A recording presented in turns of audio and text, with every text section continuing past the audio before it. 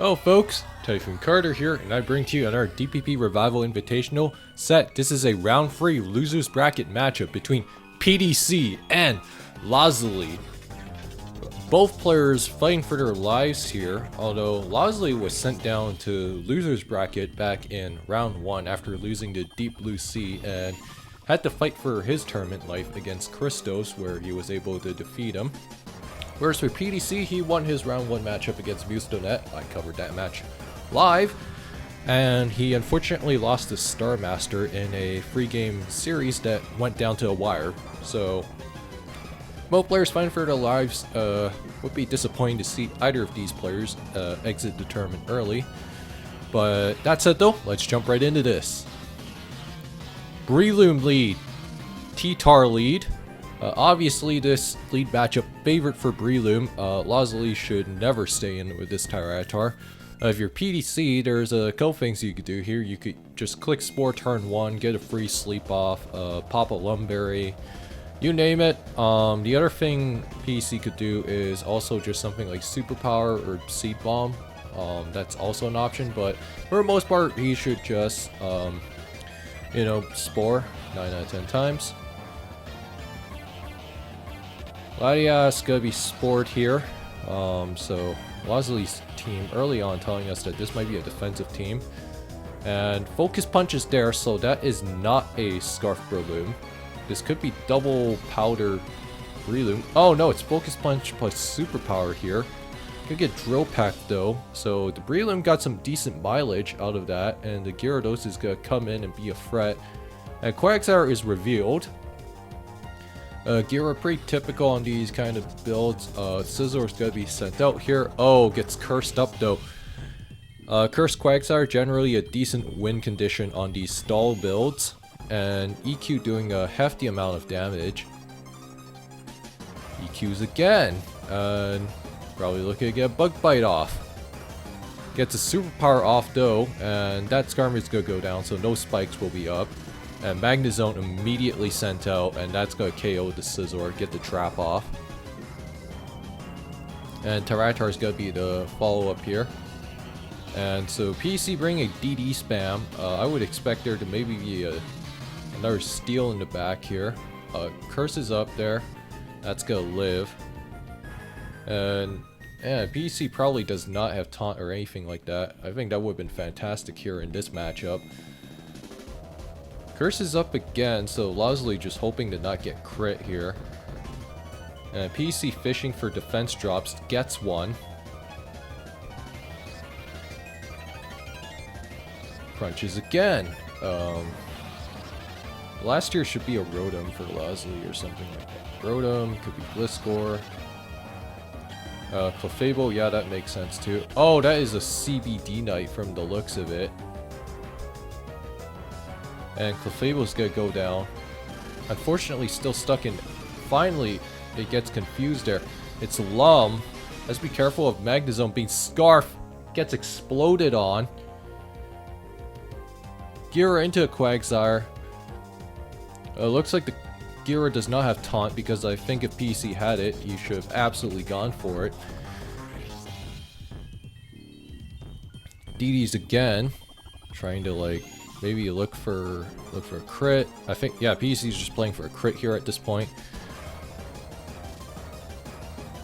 Curse is up again. Oh man, I don't know about this. I think you gotta start crit fishing here.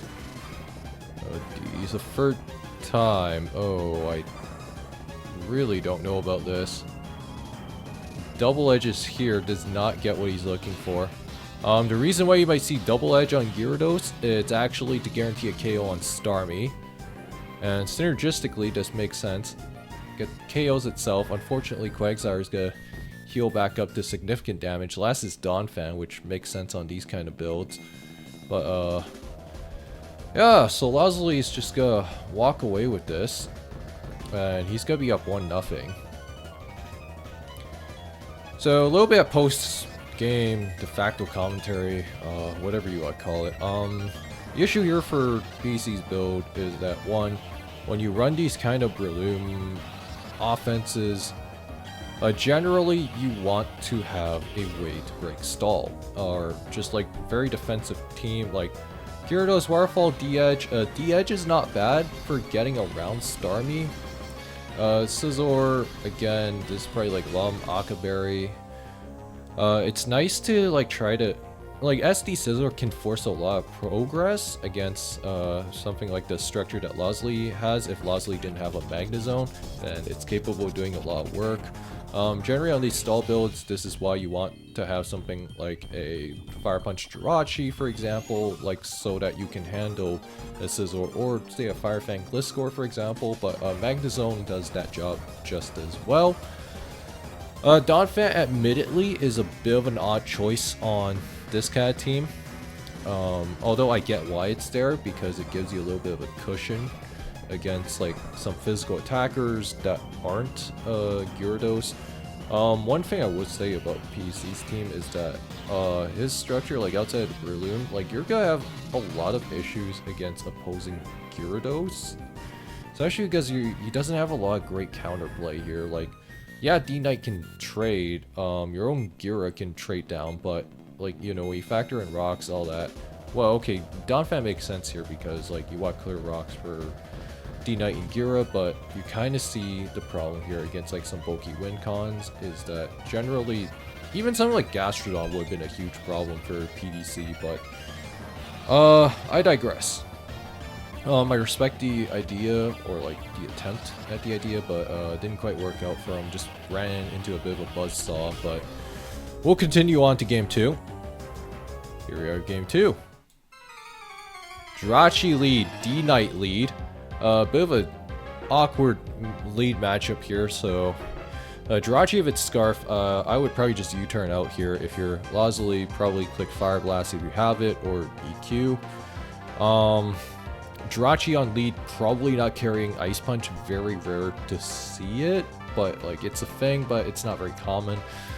So this is not a great matchup for PDC. You could trick here, but just to like get rid of the power of like Life Orb Draco, for example. But if it's like a CB, well, yeah, nice knowing ya. So, you know, that's just something to keep in mind, but doesn't tell us a whole bunch yet. Body Slams here, gets the para, gets a full para, so we don't know what this D-Knight set is. Full paras again, has to switch out into the Metagross. Gonna get T-Wave there, so PC getting a little bit of early game luck on this side, and that's a bulky Metagross, gets the rocks up. That's gonna be important for limiting Zapdos. Great double there from PC, anticipating the Tyranitar. And oh, it's a lefty's Jirachee. So this might be like rocks free attack. No, it's protect. So it looks like this is Wish Protect Jirachee, if I had to fathom a guess, but Metagross being lefties means that the Jirachee's ability to actually hurt it is going to be a bit limited. And yeah, sure, he's getting the Iron Head flinches, but you're only really doing a net 6% each turn. So Star Zap, decent entry point there, but it is gonna invite the Tyranitar in as it gets a spin off. Pretty typical interaction here. What happens is PC will trade T-Wave, what do you know, and then Lazuli will probably just crunch. Pursuit works here too, and it's able to net the kill. Hariyama's gonna be sent out here, going to look to deal a lot of damage to this Dragonite. However, has to be careful of something like Extreme Speed doing significant damage back. And PC will handle that just fine. So it is a mixed Dragonite from the looks of it. Iron Head's here. And follow-up here is going to be Infernape. D-Knight plus Ape is pretty common. Oh. Sometimes that does not always kill the Jirachee, just like keeping that in mind. So that crit may or may not have mattered. It might have not mattered, but we don't know for sure. But Hariyama Paraspam, interesting take from PDC. The last two here, I'd expect there to be like a Tyranitar or a Latias, and then probably a second Steel, something like a Bronzong could be plausible. Like, or something even like a Scizor, also plausible here, but we'll keep going. Hariyama's gonna be follow-up here. Got close combat, do significant damage to this Starmie. Looks like an off star. Or an offensive Starmie. And then Blissey's gonna be sent out here. So yeah, this is very much a Zap Me Bliss Paraspam. Gliscor could be a last here. That would be a decent partner for this team. Or Bronzong if he has it, but we'll find out soon enough. A great entry point there for the Hariyama into the Metagross. CC should claim one, whatever comes in. Tyranitar's gonna be sacrificed here. Choppleberry revealed, but not gonna matter, not gonna save him. Infernape now looking like an immense problem for PDC because Zapdos can't really switch in safely. It can't trade down, that is one way he can get out of this. Latias Lasper, Lazuli, this makes sense. One steal, you don't normally see that often, but on this kind of structure you can justify it. Latias, great partner for Infernape D-Knight, like being able to Healing Wish is kind of like a huge thing. So like, oh, fantastic double dare from Lazuli, gotta get a close combat off again. Zapdos gonna be swapped in, gonna take significant damage. Zapdos probably won't outspeed this Infernape. Oh wait, no, Zapdos shown to have took sand damage first, but because he's Choice Lock, forced to roost up. And then he can't really do anything to stop this Infernape entry. Infernape's gonna be sent out again. If this is Slack Off Infernape, then this is really bad. Oh my god, it is. Yeah, that's a set that kind of took off a little bit. It's a great way to punish Zap Me teams that rely on Infernape counterplay by kind of just switching around, pivoting around. And then goes to Metagross. Metagross should just explode here. Breeland's gonna be sent out. Gotta eat a Meteor Mash to the face. Gonna need some full paras there, however, in order to make some magic happen. Meteor Mashes again. So the Metagross is Leech Seeded, but Metagross should just click Explosion no matter what happens here. Yup. And the Infernape's gonna clean house on this Blissey. So Lazuli's gonna survive this and move on to round 4 with a 2-0 victory over PDC. And PDC unfortunately will be eliminated from this tournament at round 3, which is a little bit disappointing, but it happens. Thank you for playing. A little bit of post-facto commentary, I think, for PC. I can't understand the vision here. Double Fighter is an interesting take on these like Paraspam teams. You normally don't see this, but Breloom being Leech Seed, this tells me it's probably like Force Palm plus Spore, or it could be like Force Palm plus Seed Bomb, since this team has a bajillion ways to get Paralysis. So you have like 5 Pokemon that are capable of spraying Paras in some way, shape, or form. And Hariyama being like the primary abuser is interesting, but there's obviously the longevity issue. As you saw, Hariyama just kind of eating passive damage from Sand and Toxic Orb, and then it's not so durable that you can just send it in on anything on like a healing or like a wish attempt.